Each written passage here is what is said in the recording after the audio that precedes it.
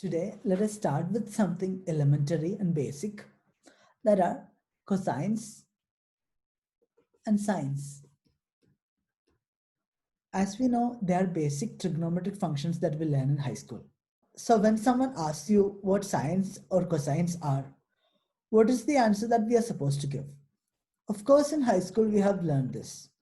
So if you have a right angle triangle like this, and theta being this angle, this is the opposite side A, and this is the adjacent side B, and this is the hypotenuse C. Then cosine of this angle theta is given by the adjacent side B divided by the hypotenuse C. Similarly, sine of this angle theta is given by opposite side A divided by hypotenuse C. But now I would like you to go one step further and identify cosines and sines as circular functions. In other words, they are the x and y coordinates of a unit circle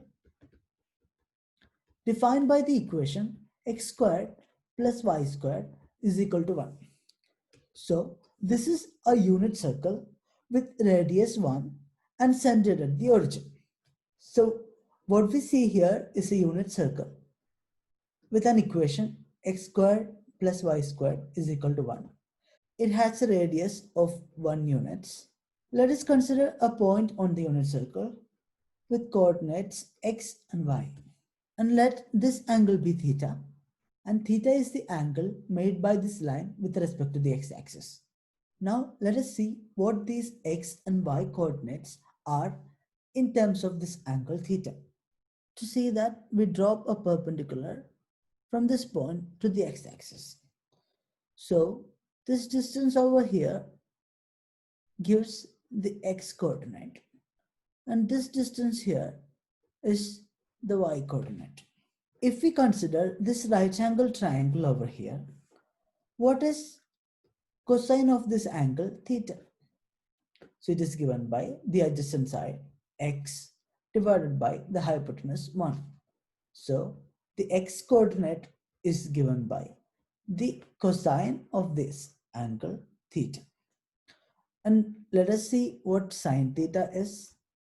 Sine theta is opposite side, which is y, divided by the hypotenuse, which is 1 because it's a unit circle.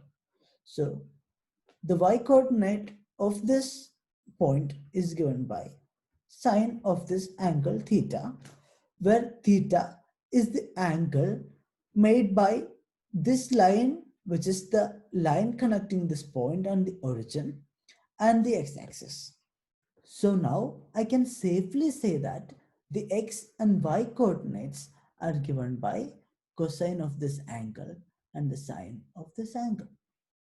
The first advantage of seeing cosines and sines as circular functions is that all the trigonometric identities that we have learned in high school, for example, we have learned things like sine squared of an angle plus cos squared of an angle is always equal to 1, or the formula for sine of the sum of two angles theta and phi, or say the cosine of the difference between two angles, and so on. So we have learned all these formulae in our high school classes without actually knowing what they are.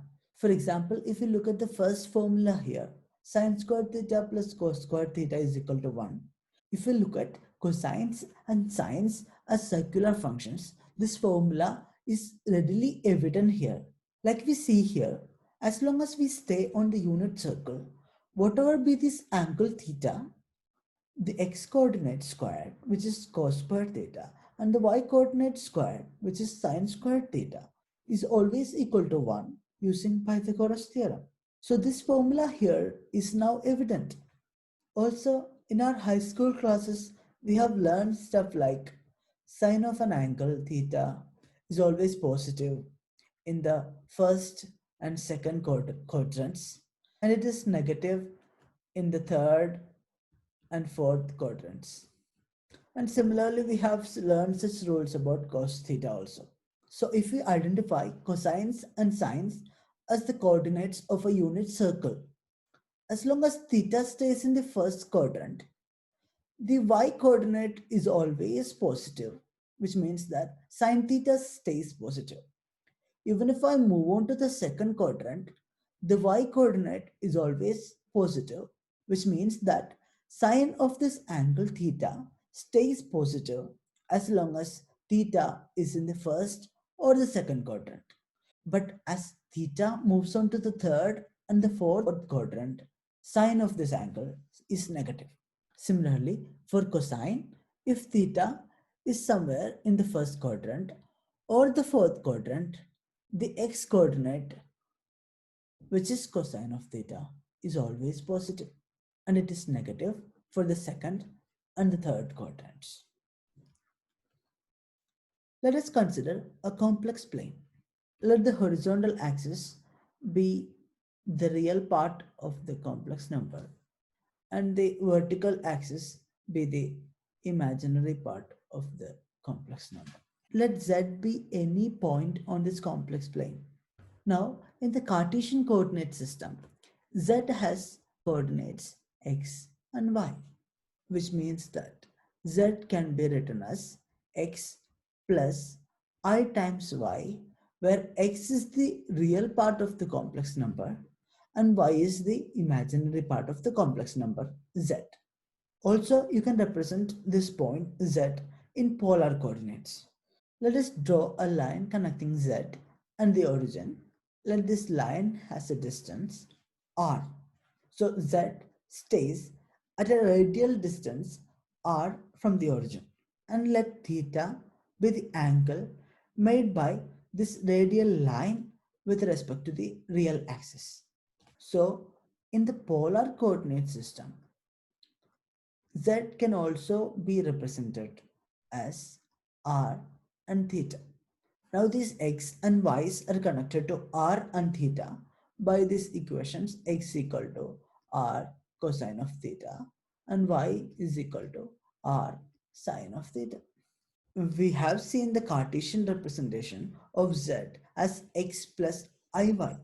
Now z can also have a representation in the polar coordinate system as z is equal to r e to the power I theta, where e is the base of natural logarithm.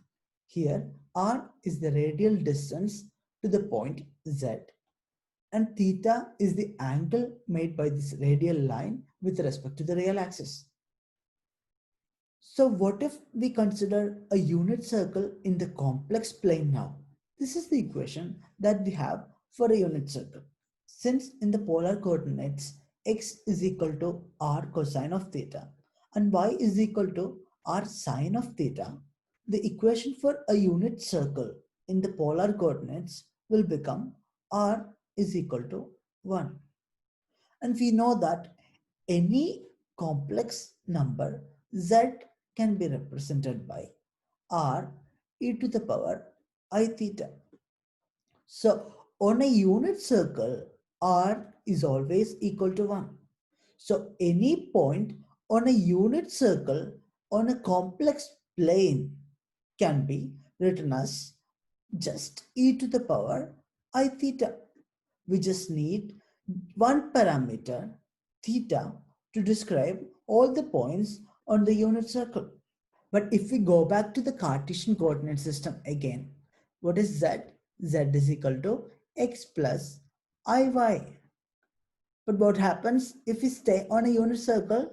For a unit circle, we know that x is given by cosine of this angle theta and y is given by sine of this angle theta. So z can be written for a unit circle as cosine of theta plus I times sine of this theta.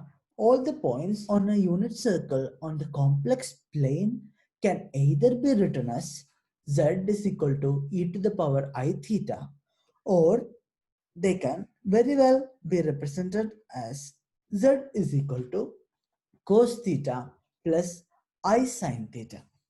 From these two relations, we get the famous Euler's formula, which is e to the I theta is cos theta plus I times sine theta, where I is the imaginary unit.